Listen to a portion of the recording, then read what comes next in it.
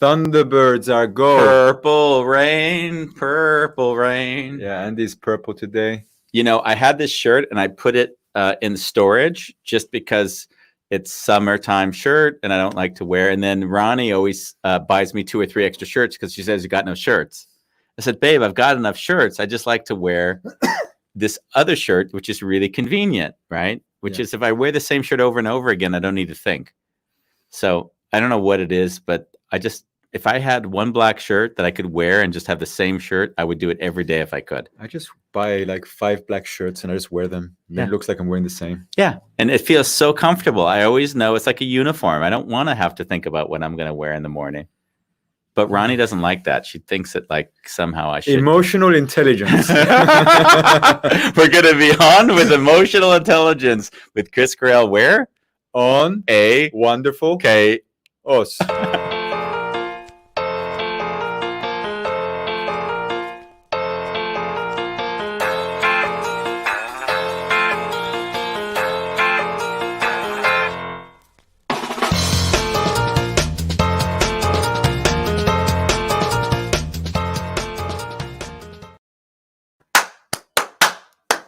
So, what's emotional intelligence? Emotional intelligence is that intelligence which is emotional. You're such a dick. You know, as far as I'm concerned, the only way I survived in my life was through emotional intelligence, because I sure as hell didn't like to study, and I'd always find the easiest route to get to a destination. Oh yeah, and I so kind of have to pull Andy through the elbow. And so. And you know my story, right? My story was I went to Vienna, no job, no skills. I learned nothing in college outside of how to think, which was pretty important. And then I walked into my job and I said, hey, I want a job in marketing. And as you know, if they asked me what marketing meant, I couldn't have answered it. So basically, I got in, and the only thing I had going for me was my ability to rapport, to be connected, to see people, to make a joke here or there that's acknowledged what was going on.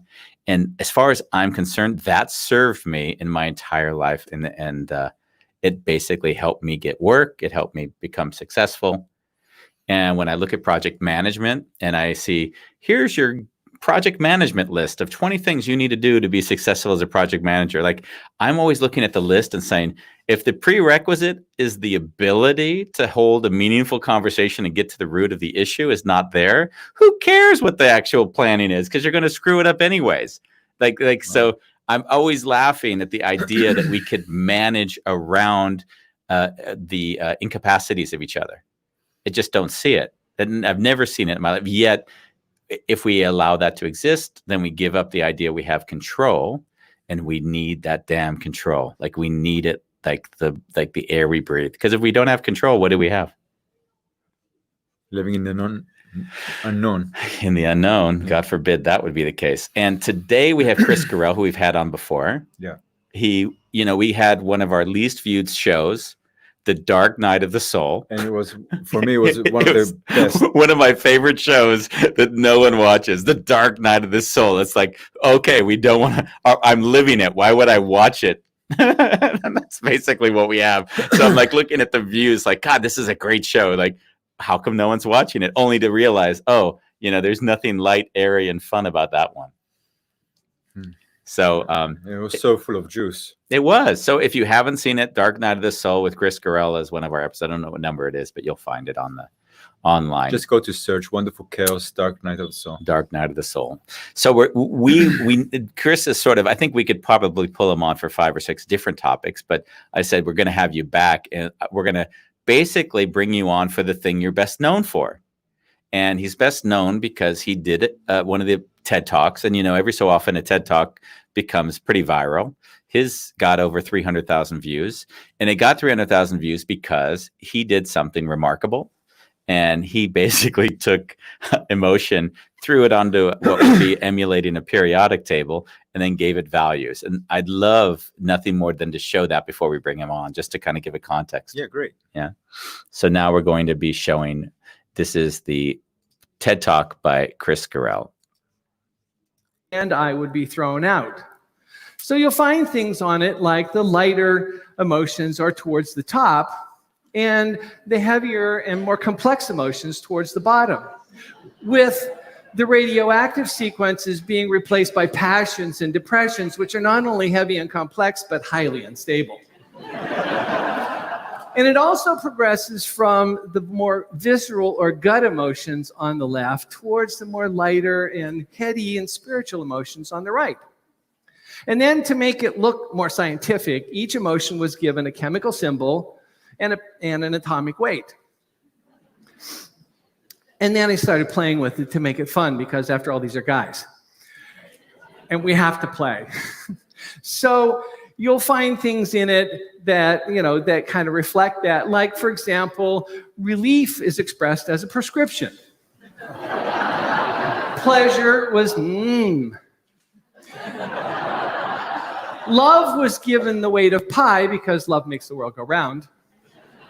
And how about gratitude, 24/7?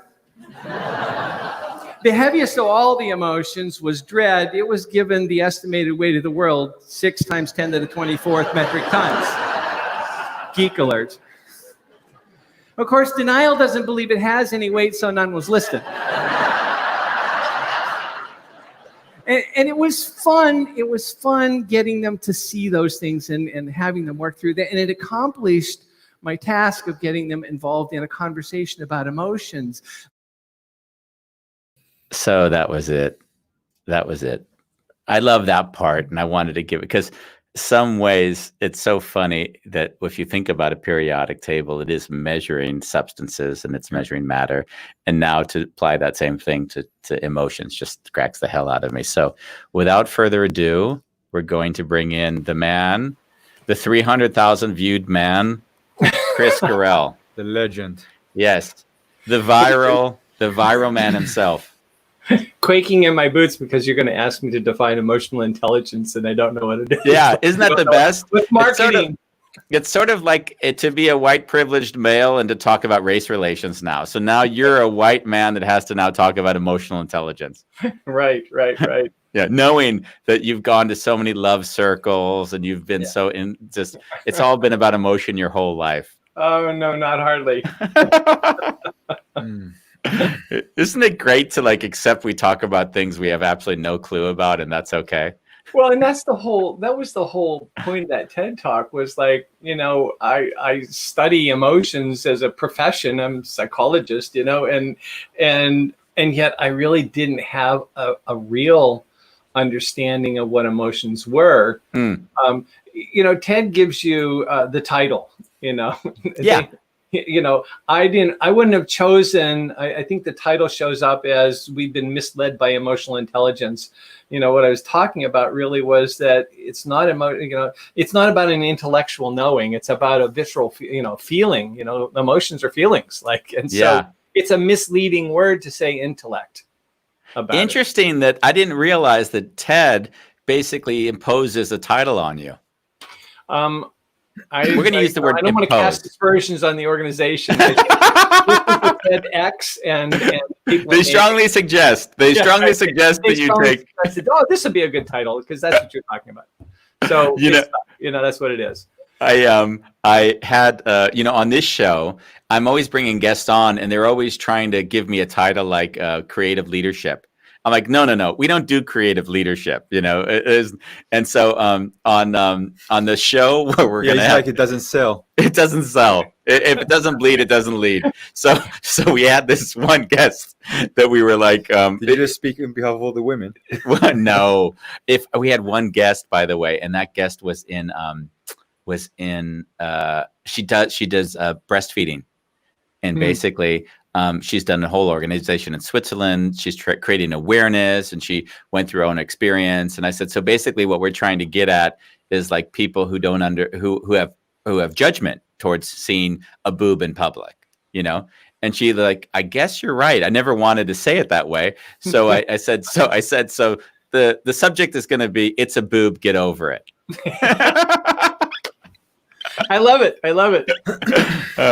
And she agreed, That's your marketing background, right? Yeah, and I also I always want to, like, in life, I want it to be like, let's be as real about what we're talking about as possible, because I've noticed, this might go back to the emotional intelligence piece of this, is I've noticed the more we obfuscate and try to intellectualize the thing, the less we're connected to the true meaning behind it. Yeah. If there's nothing I dislike more than, say, being almost like experience is over on the left-hand side, and then rationalization comes to the right-hand side, to the point when we're so out of sync with the actual experience because we've just whitewashed it with rational. Right. I think Joseph Campbell said the best way to ensure not to have an experience is to study it beforehand. Yes. Yeah. Yeah. In our description for the show, I wrote yesterday, we've decided that the best preparation is to be unprepared. Yes, absolutely. Yeah. So help us understand what brought you to this topic of emotional intelligence to begin with. I know you're a psychologist or psychiatrist. I can't even distinguish the difference between the two right now. I'm an undegreed psychologist. My practice is in the field of psychology. I have a lot of master's degrees, but no PhD. So, but I am classified as a psychologist, and I'm a member of the right organizations and stuff. But what brought me to that topic was, I was brought into a R&D group at a pharmaceutical firm to talk to them about emotional intelligence, because they were just, kind of a bunch of geeky scientists who I called them emotionally binary, because they had two feelings, good and bad. Like, how are you feeling today? Oh, good. Oh, they had variations, not so good and kind of good. and pretty rotten. I saw that in your TED Talk, and I actually, like, it hit me on a very raw level, because I've never thought of people as emotional binary, and yet I know when they're emotional binary, and it drives me crazy. There's no interacting with it. Yeah, and it's what's frustrating to me is, naming something at least helps you deal with it in some way. Mm-hmm. And so they couldn't name their emotions, and certainly they couldn't distinguish between somebody who was frustrated and somebody who was angry, because those are both bad emotions, and so they wanted them to go away. So, I feel feel as a manager, frustrated. how do you manage somebody if you don't know the difference between frustration and anger? Let me slow down. Let me think about that one for a minute, because you said it so quickly. You've given a lot of thought. I haven't thought of managing someone that's frustrated or angry, because they process that as the same emotion. Yeah, bad. Wow. Yeah, I can totally see that. Right? Elaborate. Imagine if someone is frustrated, right? Yeah. They're frustrated because whatever their need is not being met. And they might express it in a way which one perceives as anger, because in their idea, anger itself is just, you are angry, as opposed to, wow, it's really tough for you to be so frustrated, which might even help you understand what's really going on. And so, yeah, that's the nuance that it's often, I say on the show, if someone's really angry at me, like, I often take that as the most revealing intimacy that they can actually show, because there's a helplessness behind it. Like, they don't get angry without a reason. Right. Yeah. So, yeah, very interesting. Nice. Yeah. Yeah. So, so the idea of emotional intelligence is that if you have a clue what's happening in the other person, you might be able to interact with them more appropriately or more effectively. Right. And these managers just couldn't. So that was what got me there. And the whole problem was, how do you start talking to a bunch of people who don't really give a rat's ass about emotions? How do you talk to them about emotions or emotional intelligence? They go like, come on, I don't need that. No, go away. Right. So I had to find a way. And what does that tell you, Kris, when someone pushes that we don't want to talk about this? What does that tell you about the person? That they don't want to, like, it's avoidance. I don't want to deal with that kind of thing. It's just sort of, that's not important. We're doing business here. We're doing science here. That's important. Don't bother me with the emotion stuff. And my question would always be, well, who's doing the science and who's doing the business? That's a human being there. And so, yeah, it's science, but there's a human being who's actually doing that, and that human being processes things through this, this filter. And so, by the way, there's a funny thing to this. Like every time I've been in an interaction with anyone in the domain of which you're speaking towards right now, once we go into the emotional stuff, it always becomes, oh, my wife always says that. Yeah. It's almost like it's a feminine trait. These are the problems that I'm facing at home. I don't need to face them in the office. Right. Back, in my professional work, I used to work in the field of outplacement, and one of the things we would do for these execs who were terminated and transitioning out of a company was we'd give them a whole battery of psychological tests. And then in the old days, we would invite the spouse into the feedback session. So you'd sit down and say, here's what all this stuff says. And at the end of the session, invariably, she would look at us and go like, you paid how much to find this out? I've been telling you this all along, right? Yes. Yeah, in one of the trainings I gave, I said, so here's what I would want you to do tonight when you go home. We're going to discuss listening skills. And I can tell you already the easiest way to learn how to listen is when you go home tonight, ask your wife, what is it that you feel like I could do to improve our relationship? First, she's going to ask you what happened and why are you asking me this question? We must be married to the same models. I think you guys should be friends. Yes. Yeah. Yeah. So you brought that in. How long did it actually take you to create that periodic table? Oh, about a week. Uh-huh. Once I had the idea, and then I said, well, there's like hundreds of emotion words, and you can find all kinds of lexicons on it. So I said, I want something that plays into their paradigm. So I used the Mendeleev chart, and I just substituted what happened on the chart with what happens inside the concept of emotions. And so then it was just easy to say like, well, does this go that side or this side of that? So I wanted to show, kind of a progression across the chart that, that went from more, visceral to more, heady kinds or spiritual kinds of things. And, from light to heavy down, so the noble elements are not, helium, oxygen, and nitrogen. They're love, peace, and joy. Right. Yeah. Right. So, and then, I had fun with the lactonide and anthanide series because they're radioactive. And as said in the clip there, they're really unstable. And so what are the unstable emotions? The passions and depressions and stuff. So, yeah. My favorite is denial because it has no number. that was the best. Genius how you put it together. I give out the chart just to start them to talk about it and stuff, and they go like ha ha ha ha. They find all the visual puns in it, and then invariably one would go like, Kris, denial doesn't have an oh yeah. And it would like dawn on them. It was a lot of fun. And did you notice that opened them up, or what was the impact of that? The impact was, the desired outcome was that they started to be able to recognize that there are nuances of emotions and that there is a relationship between them, between the good and the bad, and that there are grays in between and shades of that, and that they actually have names. So that we could start. No, I didn't want them to get a PhD in emotions or have a whole language that they could have. I wanted them to be able to talk about there are differences in emotions, and if we can recognize that, then we might be able to react differently to the person in front of us. And it got that. Yeah, it's almost still binary in a way. It's like saying, hey, these are the emotions, and when they occur, then this is how one responds. Right. Here's a formula. If you see this, then multiply by 2, divide by the common denominator, and you'll come Ronnie, by the way, she's watched some show on Netflix that she's really into. It's a dating show for Australians who have, what is the inability to see emotion in others? What is the diagnosis for that?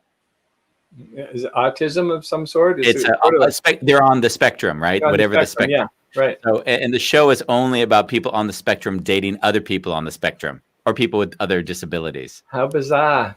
And exactly. But she's all into this show now. I've got it. Like when she gets into a show, she gets into it. So, and she loves it because in some ways she's like, Andy, isn't it amazing how honest these people can be in ways that others aren't because they're too fearful of how the other might feel when they say it. Right.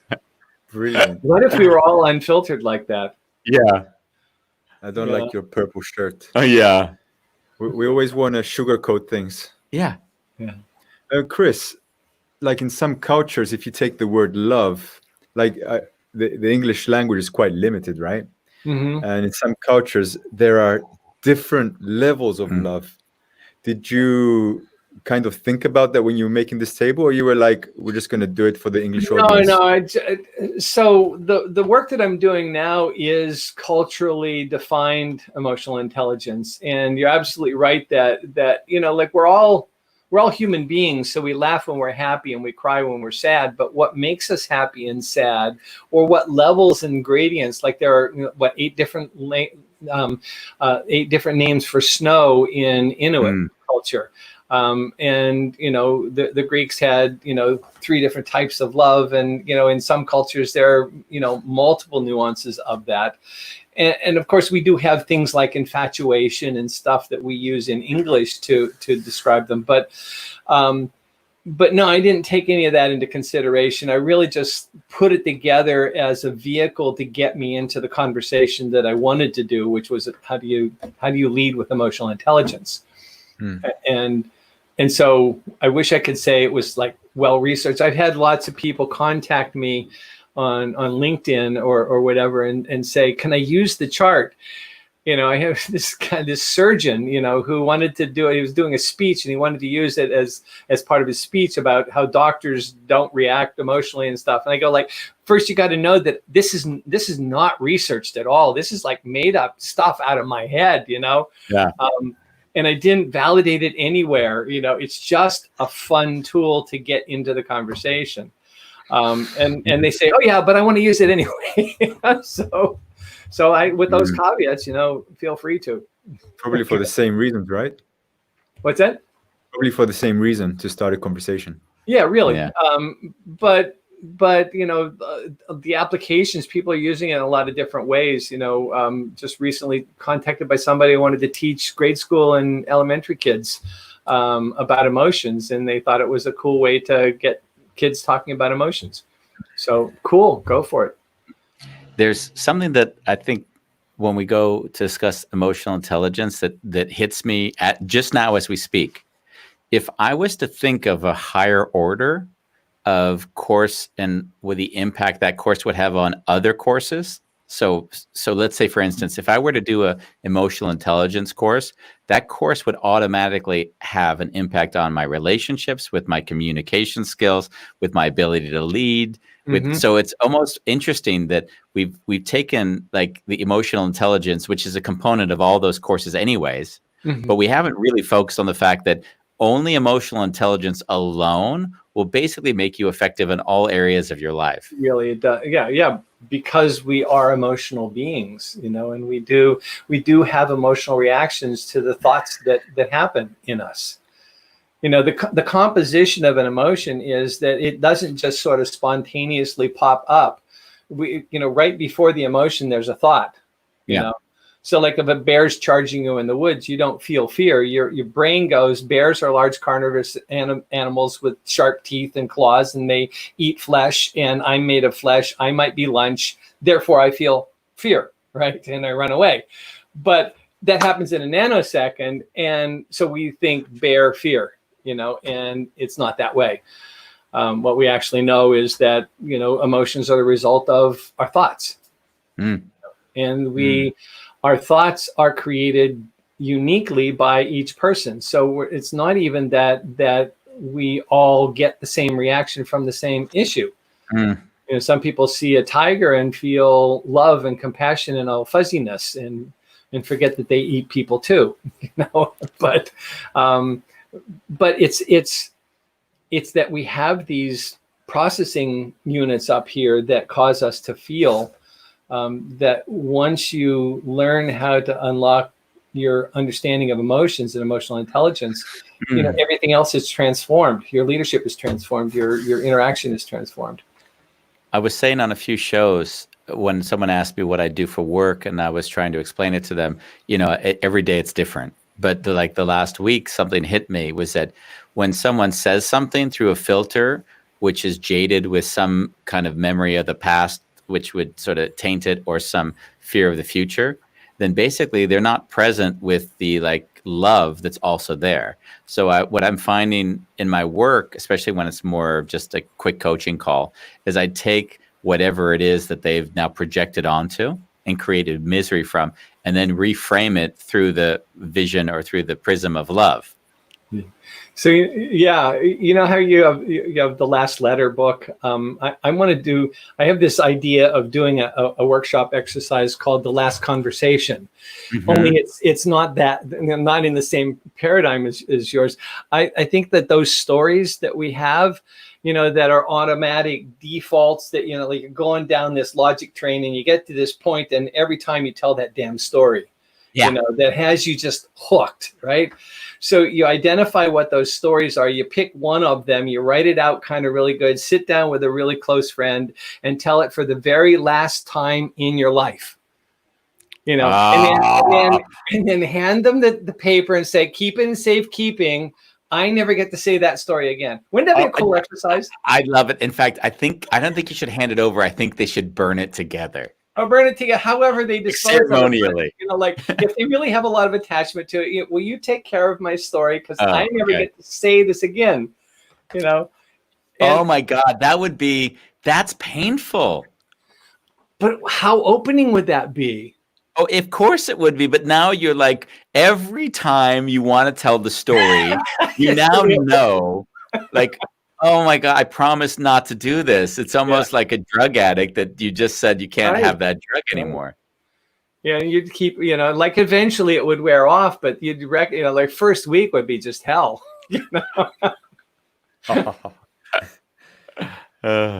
Kris, so I'm going to do that exercise sometime. I don't know where, but I'll get it into a workshop somewhere. Yeah, thanks for sharing that. Actually, I have a question. When you encounter someone that is emotionally disconnected, they can't feel, feel your heart, feel what kind of path do you take to at least begin to invite them into feeling? Can I rephrase the question? Please. I'm now Bambos. Kris, I don't know how to deal with people when they're emotionally shut down, and I'd like to have an emotional talk with them. Is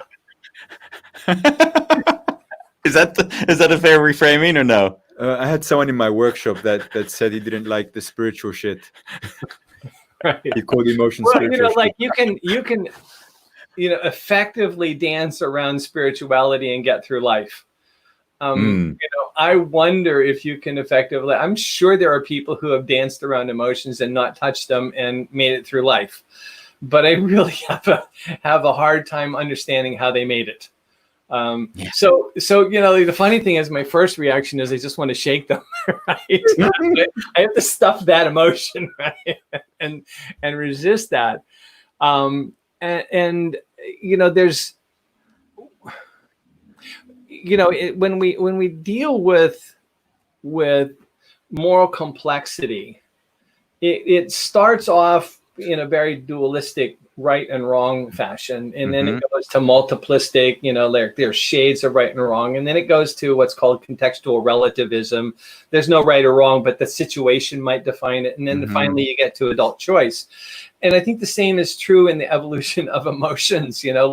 When people are that stuff, and they don't have the ability to emote, you have to treat it as it's an on-off switch almost. And I joked about it being emotionally binary, but when we work psychologically with somebody who's fundamentalist, the only way to deal with them is to come over the other side of the table and be partners with them. So you have to kind of relate to. So let me see that with you. How are you experiencing that? What is it that, goes through your mind? And let them talk to you, because if you try to preach from the other side of the table from a moralistic perspective, if somebody's a fundamental dualist, anything that doesn't agree with them is wrong. So automatically you just get dismissed. So I think the same thing is sort of true with the emotions. If you come, preaching emotionality and all this stuff, and they're in this, kind of dualist state of like good and bad, if you don't start on their side of the table in the conversation, I think there's not a chance that you're going to get them there. So that would be my first blush answer, Bombas, of like, how do I deal with that? That's why we have an hour-long show, because we know sometimes it takes 30 minutes to get this stuff moment. Right. There's also a kind of arrogance to try to force someone into your exactly. Emotional intelligence is the way. Yeah. And what I'm discovering in my own life, I need to actually go on to the other side. Yeah. I think I told Bambos last week I wanted him to study, what did I say? Logic. I said, Bambos, you have enough emotion already. I want you to study logic. Right. How do you feel about logic? Clueless, yeah. I'm always wanting people to have balance in their lives. And it's kind of interesting what I've found for myself. If I look at Bambos and I project onto Bambos, of course, like I would say that Bambos has the belief that emotion is good. People should be emotion, with the word should being the critical word in the sentence. And what I've noticed is in this journey, especially because when we are on live, sometimes he'll disconnect if the person on the other end isn't emotional. And I was laughing because I said, well, so you're not able to meet them where they are in their whatever their state is. Do you know what happens to me? What? Tell me. If someone on the other end is not connected, is not speaking. Well, you don't experience that. Let's say that. Yeah. I can't feel them. Then I'm trying to feel myself. So I'm breathing, and the words are just hitting me, but I can't hear the words. It's really like, and I had it also in the beginning when you started talking, Kris, like the words were hitting me, and I was like, just breathing. And then I said, I'm frustrated as just to say it out loud, but it wasn't even true. But it was like, that's how I would normally feel, just frustrated because I can't find my way. I have an inability there. Yeah. Or you're differently skilled, because my experience of you is that you process the world emotionally and physically, like I heard you talk before about, slacklining and running and, running early in the morning, even in the winter, and jump in the cold lake, and, like really to try to wake up that part of your body, because that is how you perceive the world, is through, through this, not through, that logic system. Yeah. And which is brilliant to have the two of you together working on an interview. I got to tell you where it frustrates me now. I'm going to air my frustration. If Bambos saw what you just said and felt at peace with that state, then I would be ecstatic. But what I see is that there's still some judgment towards the idea it should be different. From me? No, not from you. From self-judgment. Oh. Yeah. No, but towards myself. Yeah. Like, I need to be able to be logical so I can connect with everyone. So there's a judgment that there's a limit. I see it as a limitation. Yeah. I wish I was short, so that I could see things on the lower shelves in the cupboard. Yes. Yeah, Bambos likes to work. He likes to work in his mind says, if I'm not capable of doing it, that's where I have the problem. As opposed to saying, wow, I've been gifted with this incredible talent. How do I want to harness this for good? Yeah. Or it's just who I am. It's just the way I, kind of got wired this way, like I grew 6'3", like I didn't choose to do that. and there's not much I can do about that. I can shrink, and play small, but it doesn't work too well. You could pretend that you're not emotional, but why? Yeah. But I don't want to pretend. Like for me, it's always my vision will be actually to be able to dance between the two polarities. Yeah. I think that's our, like what we get to do in life is to find our balance and find, the complement to what we have, and kind of grow towards that. Without making, it's not wrong. Exactly. That's what I wanted to touch on. I find that if there's judgment towards your good trait and you're trying to be the other thing because you don't want to be the thing that you don't like in yourself, that's a wholly different journey than if you actually said, I love actually being this emotionally just touchy-feely how I process the world. And this is another nice thing to start doing just to see how that looks in my life. Mm. And just back to you, Bambos, my experience of you is that you don't dislike that about you. But maybe Andy, you see something I don't. Well, I have to talk to him when we go off air, and he shuts down emotionally on the air. Like he does this zombie face thing, and then I'm like, he'll like look there, and I'm like, is he actually there? Is he with me, or what's going on? I'm trying to breathe and trying to capture the words, and I can't capture the words. Yeah. So you ask me a really poignant question, and I'll well up for you, and then we'll be real. Yeah, exactly. Let's get on to your cancer. Let's move to something really serious. There you go. Segue.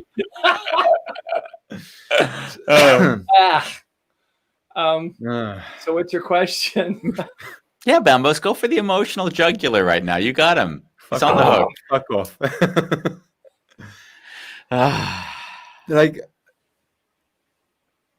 I don't feel a need to go there with him. No, of course not, because we're in a state of connection, so you're not longing for anything. This is my words that I give to it. Yeah. If I'm with somebody, and there's some interviews we do, obviously we do this every day. Some people will talk, and then we'll throw out a little question, which they haven't really let sink inside of themselves, and then they'll continue talking. And then I won't get drained. I'll just say, oh, apparently this is where we can go on this talk, right? Apparently this is what, with my skill, like I don't even blame them. This is just who they are. And apparently this is where we are together. Where in that case, where I've seen and we've discussed often between Bambos and I, he'll have a harder time in those shows just because he really almost like, he doesn't even know what's going, like mentally he's already shut down. He's not in the show. How do you feel being talked about in the third person, Bambos? I feel like it kind of like every time we're talking about me, it kind of destroys the identity that I have of myself. And I don't find that a bad thing. Like it almost feels that I'm forced to take a good look at myself, whether I like it or not. Like when I go home. Can I just say that I so wish I had like one half of what you do. Like that's a real honest to God truth. I like the world needs you. Like I need people like you in my, like what a gift that is. And what a gift. I just hope you let that in. Which part are you talking about now?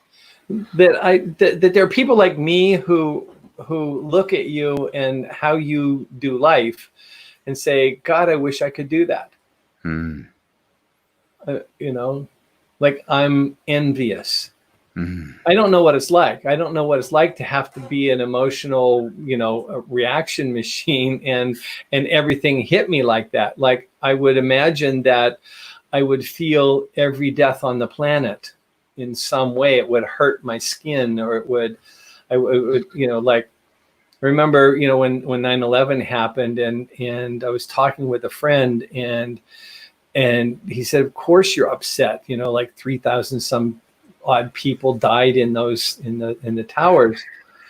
But are you upset about the child who's starving to get death right now? Are you upset about, the person who's like held at gunpoint and shot, in Chicago right now? Are you like, if you're going to be upset about those, you have to be upset about all of them, and it's like, that's true. On some level, that's really true to me, is like, well, I can't just be selectively grieving death if I don't grieve the death of humanity, or the death of the planet, or feel things like that. And so, like, what's open to me when I encounter a Bombos is there's so far I have to go yet to be able to feel at that level, and I'm just envious of that.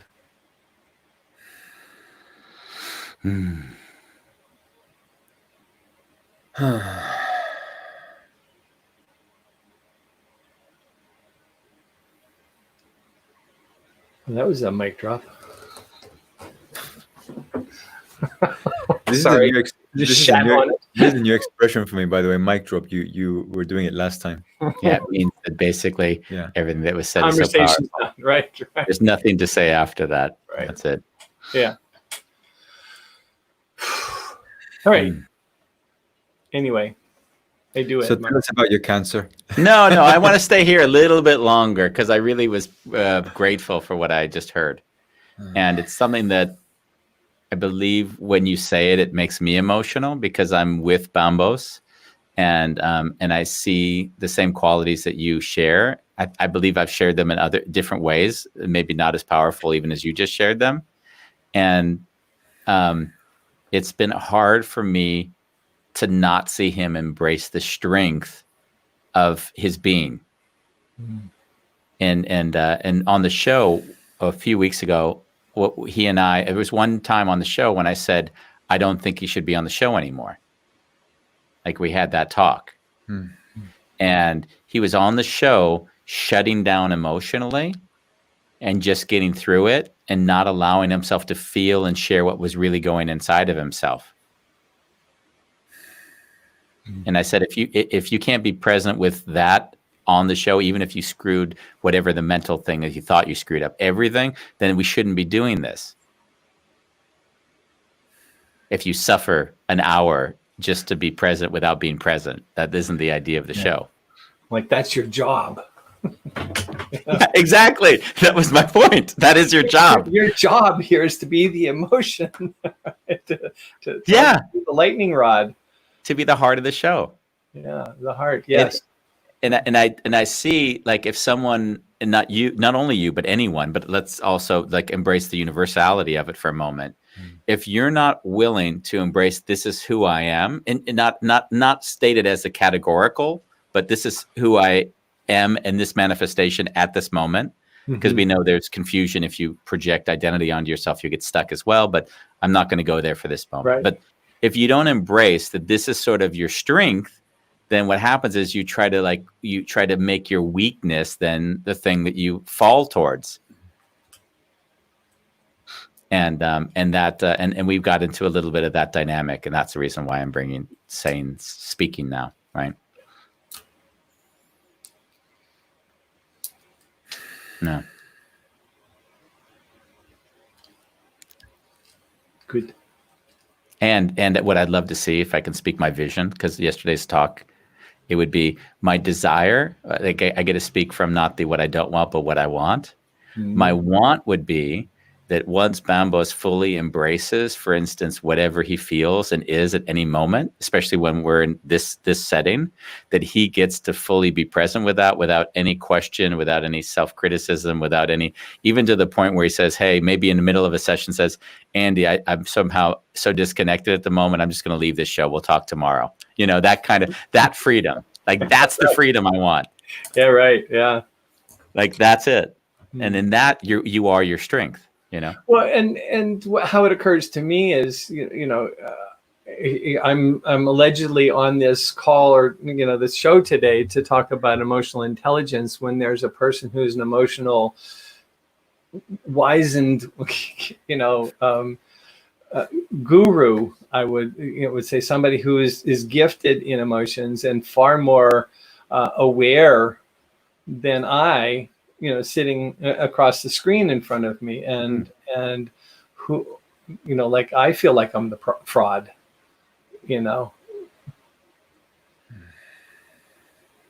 I mean, kind of that's what the TED Talk was about, was exposing my fraud. Here I am, somebody who talks about and deals in the commodity or the currency of emotions, and until I got opened up by this, this experience that I talk about, I really wasn't deeply connected to all those different emotions, and I gained access to that when you have things like, you mentioned cancer, like when a doctor says cancer in the middle of a sentence to you, the logic train stops inside my head. It just sort of like goes, so whoa, stop, like, what was that word again? Did you say I have cancer? And then my brain immediately goes like, what am I going to do? What am I going to, like, what's next? What's next? What's next? How do I handle this? Instead of going into like saying, wow, that set off a whole, array of things inside of me. I went into like doing an action, and like, how do I learn about this? What's my job in it?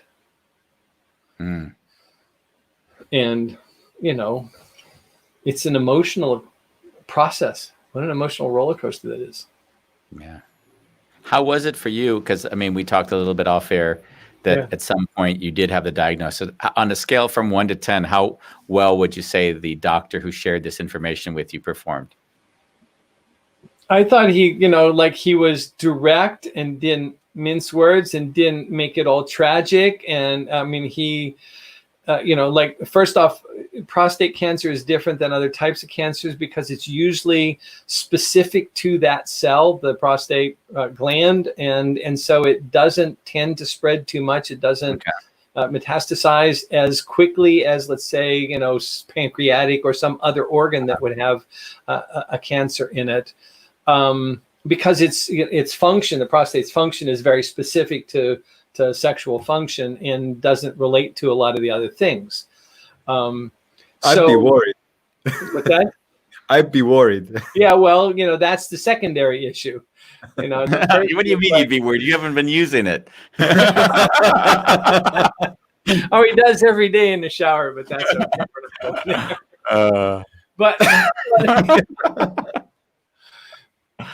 So yeah, there's like this whole cascade of things that come from that. But as far as the doctor's performance, I think he was matter of fact and straightforward, and said, like, there are different kinds of options, none of which were acceptable to me. And so I started doing a whole lot of homework and a whole lot of research, and found that there was this process that's, a standard process in Europe. It's a new procedure, but was still in phase 3 clinical trials in the US. And living in Boston is a blessing, because 2 of the 4 studies in the United States were in Boston, Mass General and Dana-Farber Cancer Institute. So I just hounded the hell out of them to get into the study and to be one of the, like, all right, work on me, babes, Wow. And then, like, going to that doctor and having him say, now, here are all the other alternatives. And I go like, no, let me tell you, I've researched this. I want this one. He said, well, you're preaching to the choir, because I'm the PE for it. But he has to give you that, because he needs you to make a considered that's decision. The job, right? They have to say what the other options were, But I found the doctors that I dealt with really, to be quite clear in their communication. I think they're practiced at that. Because if you say, like, oh, I'm really so sorry to have to tell you, it pains me to tell you this, and I don't want to tell you, but you got cancer, and that would, how horrible that would be to receive it that way. Yeah. On Friday, we had a person who basically had a seizure, ended up passing out. He woke up in the hospital, and the nurse said, "You've got a mass in your brain." I think that was the first thing he heard when he woke up. Yeah. And then he passed out again. He passed out again, right? Yeah, thanks. Yeah, thanks for that. Thanks for that bit of information. Now I'll go back to sleep. Wow. Yeah.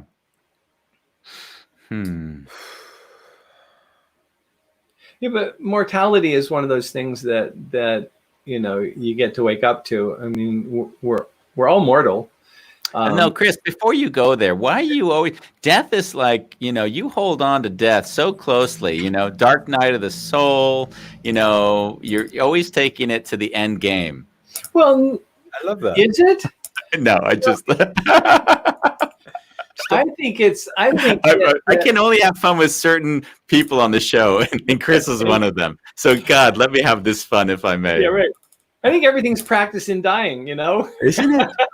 Right? Like you and I are anyway, so get used to it and get over it, right?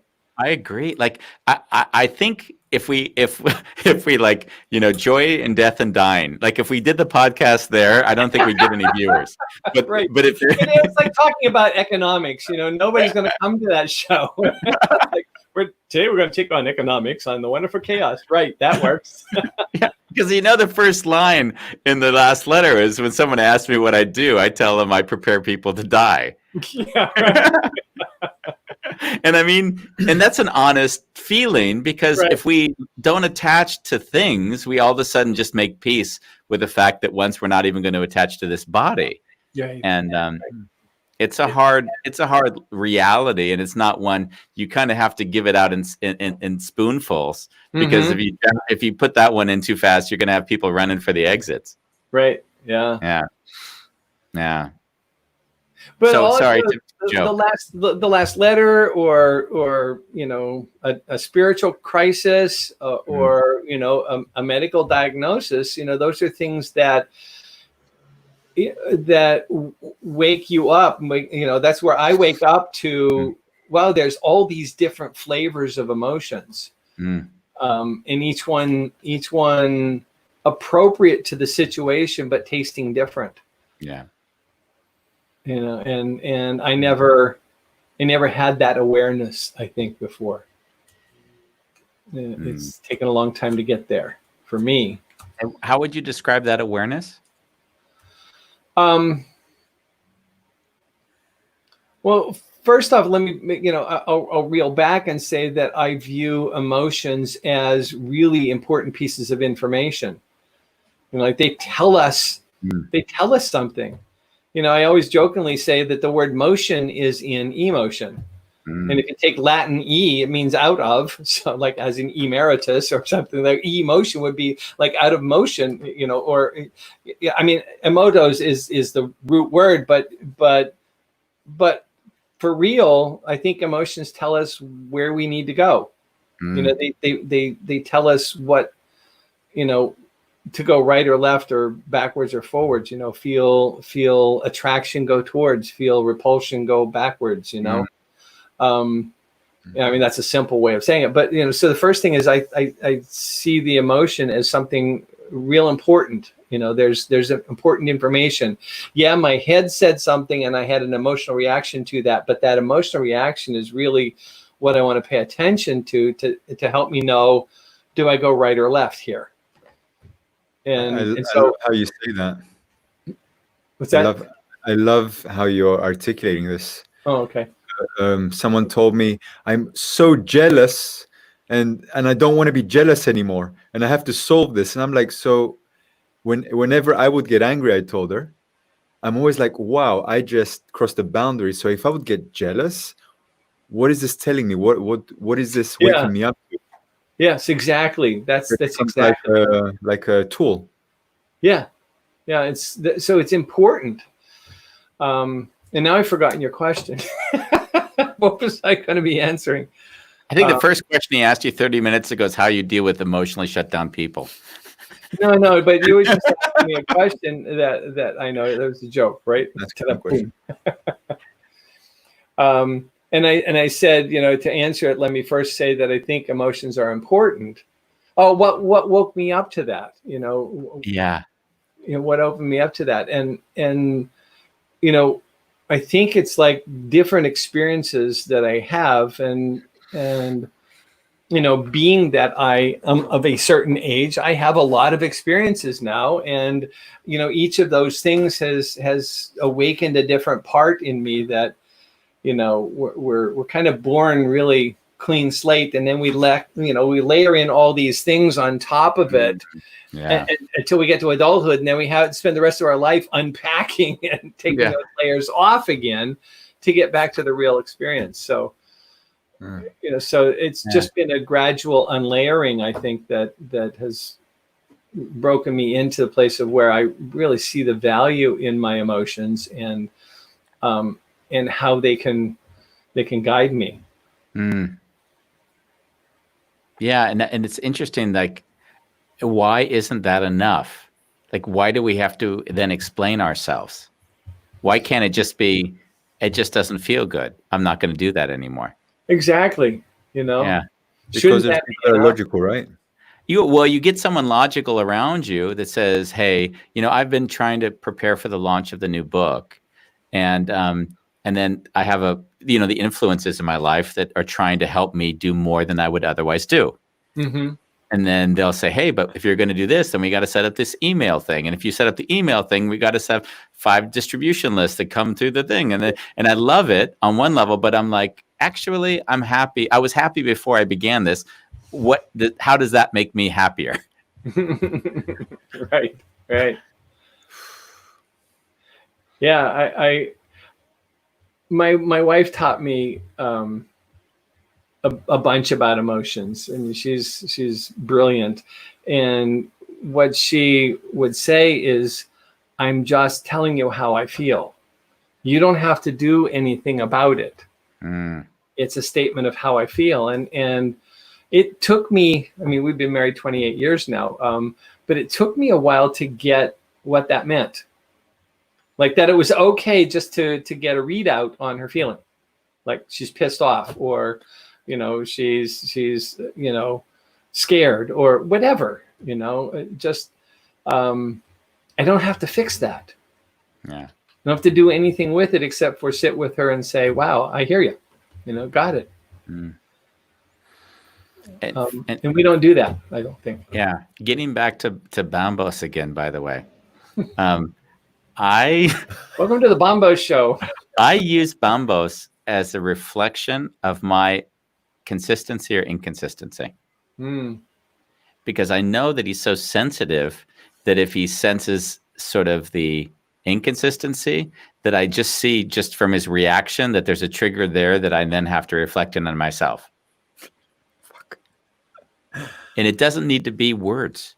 I can just see through his processing of things that he sees and he feels. And it's not even my words per se. It would be him observing my actions and seeing where those actions are inconsistent with who you say you are, what you're trying to do, and on and on. Yeah. And he causes big trouble because he goes into other people's trainings or lives, and they're inconsistent in certain ways, and he reacts to it, and then those people blame him for it. Right. Yeah, I've learned to shut up. I've learned to shut up about that. Well, if you ever come to one of my trainings, don't shut up. Because like that's the barometer in the room. Somebody's got to be the barometer, and invariably there's somebody in the room who's that way. Yeah. I do coach training, and I'll teach them about this process of asking systematic questions about it, and then we do this game called round robin coaching. So I present as the problem, the employee, and the first person is the manager reaction to that, and then I react to that, and the second person has to pick up where I come in, and then it goes to the third, me reacting, and a third person, and we keep going around the room. And what I'm watching for is somewhere over on the other side of the room, one of these managers is just like, he's squirming in his seat and he just can't stand it. I go like, "What's going on?" He says, "This is bullshit. We can't do this." Yes. And I go like, "Yeah, what's wrong with it?" He said, "Well, you can't just all ask questions. You gotta react sometime to it." I said, "Absolutely right. That's the difference. But I need that emotional person in there who just can't stand it. Can't stand it. To call it out instead of my teaching it." Yep. Because that's a sense that you can't teach. It's something you got to like have it react. And so, like, how many else of you were getting uncomfortable with just asking questions? Yeah, that's what I found. But speaking to that point, is that when I do a training, there's always one person, and I'm sure you have the same experience, that's considered the problem in the group. And normally that person has actually suffered so much because of behavior that's existed over whatever time they've been in those companies, that they are call it the leverage to get any real change, because they're the ones.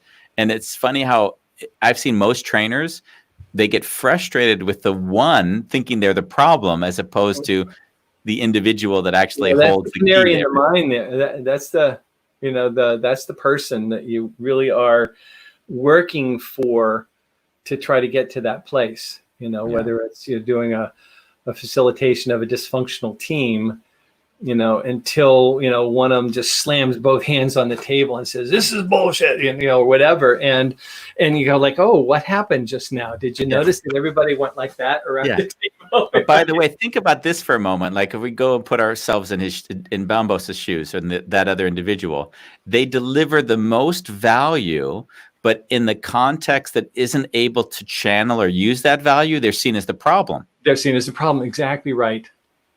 And that's really the place where you have to go to unlock the problem, right? And that's the place you have to go. And that's the sad part for me, is that's the reason why I keep going back and kind of like trying to embrace this part, is that in Bambos, for instance, not being in environments where people can leverage that insight, they project onto him, and then he doesn't get an opportunity to really, and what I would do, because maybe someone like a Bambos isn't able to articulate what they're feeling, then the whole thing is, how skilled are you at helping them find the words so that you can learn whatever lesson they're not able to teach you unless you have patience. Yeah, right. And that's coming back full circle, isn't that emotional intelligence? It is. And yet the intelligence that Bambos would then embody wouldn't be capable of articulating itself, because it's so into the emotion, but it does know there's something inconsistent.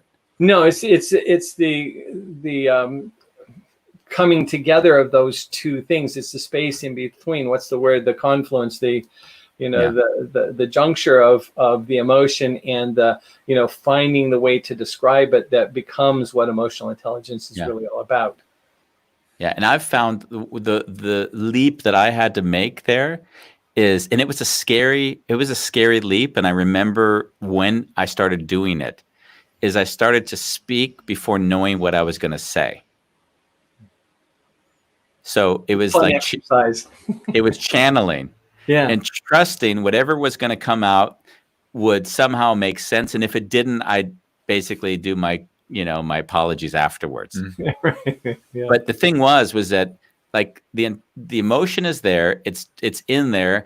I've been trying to figure out how to articulate things so I don't offend or so allow for a moment the words to come out, and then see if they make sense as you hear yourself speak. Yeah.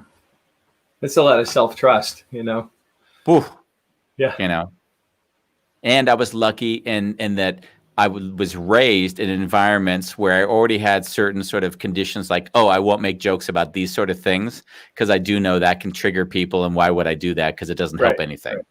So I nuanced my humor in ways that helped me be funny without being offensive. Yeah. Well, and a lot of times people use jokes as a pressure relief valve to like depressurize the situation, which is really, the pressure is something that's really, really important, and that will cook out some emotional reactions that we need to deal with that get stuffed especially in groups or organizations. I mean, you saw in the book, I wrote a lot about that concept of just giving it the header of calling it space. Mm-hmm. How much space could a group hold? And the space meaning how much emotional discomfort could the group allow to exist before one individual had to break the joke or had to do something to alleviate whatever the tension they were feeling inside. Yeah. Yeah.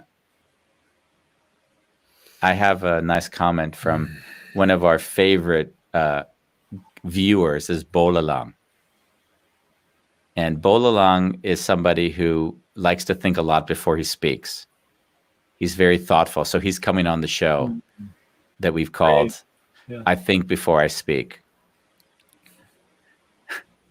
And that's just a great way of listening too, Bolalang. Know, that nice. You listen, but then you listen with the emotional part of your body to say, wait. And that's what I mean by direction. Emotions give you a sense of direction of which way to go. And it's brilliantly said. Yeah, and he's been a gift to me. He read both books, and he's basically been sharing quotes from the book on his timeline over the last few weeks. And it's basically just a gift after gift of him sharing, and then me getting to see people interacting with things. So he is someone to be cherished for sure. We've gone over our time. Yeah, I noticed. I have one question for you before we go, though. Yeah. So you'll see me speak about Bambos in the third person. And I saw you get what I would say, I don't want to use the word triggered, but at least conscientious of that. Yeah. Mm-hmm. So I would love to hear, what is it that you think could be problematic in doing that? And what is it that you were maybe pointing towards that we didn't discuss earlier? What I was perceiving was, Bambo sitting more back as you were talking, and so I said, "How does it feel to be talked about in third person as an object? Or as the object of our conversation?" I don't know that I'd call it problematic. I just think that probably sometimes I can talk about my emotions in the third person, and I can talk about myself that way, like Kris does this and stuff. But used judiciously, I think it's okay. But then there's this place where I see the two of you as two parts of this interview duo that just has a way of interacting, and it felt like a distancing. It felt distancing at the moment. Pushing Bambos away. Not intentionally, no, but causing an object-subject relationship as opposed to subject-subject. Uh-huh. Nice. So I was just wondering, that's why I asked. No. You know I'll never me. get invited back, huh? Listen, if you know well enough, we don't ask unless we're trying to hear really what the... Yeah, right. We've been discussing this off air a lot, by the way, as well. Yeah. So there's more. I love you guys. You're just masterful, and I love this show, and I'm so grateful to be able to be on here again. It just I don't care what we talk about. It's just really great to be in the dialogue with you. Yeah, isn't it the best? We have no viewers ever on statues. If you wanted, you are like cancer for viewership, because everything is topics that they're the most important. Nobody wants to talk about. That's the whole thing. Is like, how do I write about this, or how do I talk about this? I want to run seminars on it, but everything I talk about, people think is awful. Exactly. Dark Night of the Soul, emotional intelligence. That was in the 80s. We were talking about emotional intelligence in the 80s. What do we? Yeah, except that we now have a global economy. And we're in a global dark night of the soul where nobody like the definition of the dark night is that place where your logic doesn't explain rationally what's going on anymore, and so like you're stuck with, how do I deal with this one, and nobody wants to talk about that. It's all like, if we could take a drug or give me some Prozac or something, I'll deal with my emotions another way. We don't want to go into the back corner. Yeah. We have dreams about going into the cellar, and we don't want to talk about them. We want to go up into the skylight and see the heavens. Like baloney. This is all part of life. You skin your knee, fall down. You do face plants. Like that's where we learn the most. Yeah, like we could change the title, How I Learned to Embrace the Bomb or something. That was that great movies with Peter Sellers years ago. Right. How I learned to riding the bomb as he's going to Slim Pickens riding the bomb to non-existent. So you and me were like how to enjoy death and find peace.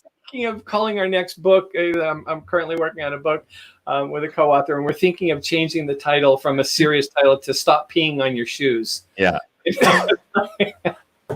Just get over it. Let's not be serious about this. It's life. Yeah. Life is joyful in all of its darkness and lightness and giddiness and stupidity and brilliance. Thank you. Thank you for being with us. And we'll find another reason to get you on the show. We'll just need to figure out another topic. Anytime, my friend. We'll do that off air. Yeah. We always love our shows with you. Yeah. It's sort of like, we get to have a friend that's sort of there and we can go on. 1 minute. We always do an extra 10 minutes with you because it's like, well, and it's because I looked up when it was 12:01 and I go wait a minute, we've only been talking 15 minutes. How did that happen? That's time is fluid. All right, my friends. Thank you. Love you. Have a great day. Yeah. Thank you. Bye. And that was nice. Yeah. It's always nice to get Kris on somehow. It's it always feels more grounded afterwards, more connected, almost like a meditation with another. Yeah. Yeah. I do feel deep gratitude towards you for I feel like in all the conversations that we're having, no matter what the discomfort I might be experiencing in the moment, I do feel that your words carry so much love. And there was a moment that I did want to cry today, would have bring the ratings up, but that would have been the reason. I just could feel how much love there is. Yeah. And thank you, fully receiving that. Yeah. Yeah, you see that a lot of the guests when they come on, if they have experiences and they see us offline, they don't really know our discussions offline as well. So it's, the fact that we hold it lightly here doesn't mean that we don't have discussions that are also a little bit deeper and trying to support in other areas. So, yeah. Tomorrow. How cool is tomorrow? Russell Shorto wrote a book. He's New York Times bestseller, not just a bestseller, really a New York Times bestseller, which is distinguishing. I can call myself a bestseller just because Amazon put me at the number one for 2 minutes, but he's actually sold hundreds or thousands. I guess I would have to ask him, but he's got to have sold millions of books in the end because he's got the Amsterdam book, right? He's got the Amsterdam book. Yeah. It's the best book about Amsterdam that I've read. And I think it's probably the only book I've read that I've sort of gotten through page turning and really having just really stuck in. And I wanted to meet him way before. So I talked to a mutual friend who, Jan Six, who found the Rembrandt. We also have a show with him. And he knew Russell. And I said, can you connect us? So I used a back door and a connection to meet Russell. And I had him sign my book. And I'm just grateful for him. He taught me so much about the Netherlands and what I didn't understand about the Calvinist past. So we're going to have him on tomorrow on A Wonderful Chaos. Thank you for joining us. It was great to be with you. Yeah. Have a beautiful evening, guys. Have a beautiful evening. Or day. Or whenever you're listening to us. Bye.